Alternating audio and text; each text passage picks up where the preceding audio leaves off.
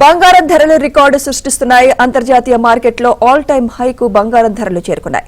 24 క్యారెట్ల 10 గ్రాముల బంగారం 1,65,000 రూపాయలు దాటింది. అటు వెండి ధరలు కూడా రోజురోజుకు పెరుగుతున్నాయి. ఒక్కరోజే కిలో వెండి 13,000 రూపాయలు పెరిగి 4 లక్షల రూపాయలకు చేరుకుంది.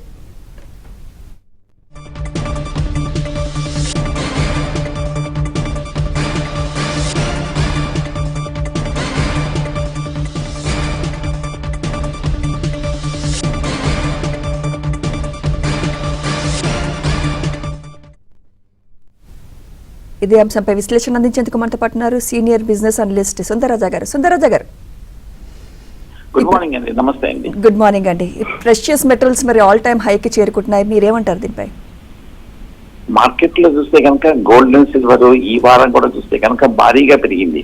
సిల్వర్ చూస్తే కనుక ఈ వారం ఒక 11% వరకు ఇంటర్నేషనల్ మార్కెట్స్ లో పెరిగింది. లాస్ట్ వీక్ 15% పెరిగింది. అదే విధంగా గోల్డ్ కూడా చూస్తే కనుక ఎన్నడూ లేని విధంగా అనూహ్యంగా ఈ వారం చూస్తే కనుక 6% వరకు పెరిగింది. లాస్ట్ టైం ఒక 9% వరకు పెరిగింది. సో ఓవరాల్ గా చూస్తే కనుక ఇంటర్నేషనల్ మార్కెట్స్ లోను మన భారత్ లో కూడా చూస్తే కనుక చాలా ర్యాపిడ్ గా సిగ్నిఫికెంట్ సర్జ్ అనేది ఒక రికార్డ్ స్థాయికి పెరగడం అనేది మనం చూసాం. అలాగే 24 క్యారెట్ గోల్డ్ కూడా చూస్తే కనుక ఇంచుమించు 165 వరకు వెళ్ళింది, 1,65,000 వరకు. అలాగే 22 క్యారెట్ గోల్డ్ ఆల్మోస్ట్ 1,50,000 రూపీస్ వరకు పెరగడం చూసాం.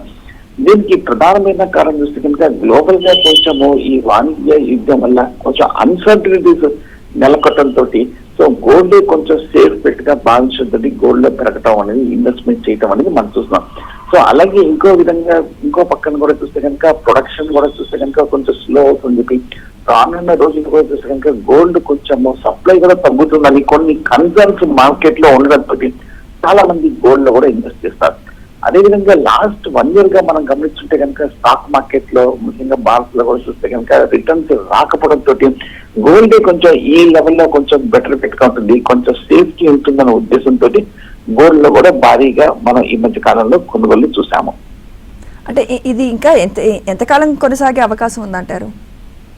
సో ఇప్పటికీ చూస్తే కనుక గోల్డ్ ఆల్మోస్ట్ ఇంచుమించు $4,500 పర్ ఆన్స్ లోనే కొంచెం తగ్గుతుందని ఎక్స్పెక్ట్ చేశారు. కానీ లాస్ట్ ఒక 4 weeks గా అంటే ఒక నెల రోజులు బట్టి చూస్తుంటే కనుక గోల్డ్ కూడా బాగా పెరిగింది. ఈ నెల అంటే ఈ కొత్త సంవత్సరం జనవరిలో చూస్తే కనుక గోల్డ్ 22% వరకు భారీగా పెరిగింది. ఇది చాలా అన్ప్రెసిడెంటెడ్, ఎవరు ఎక్స్పెక్ట్ చేయలేదు.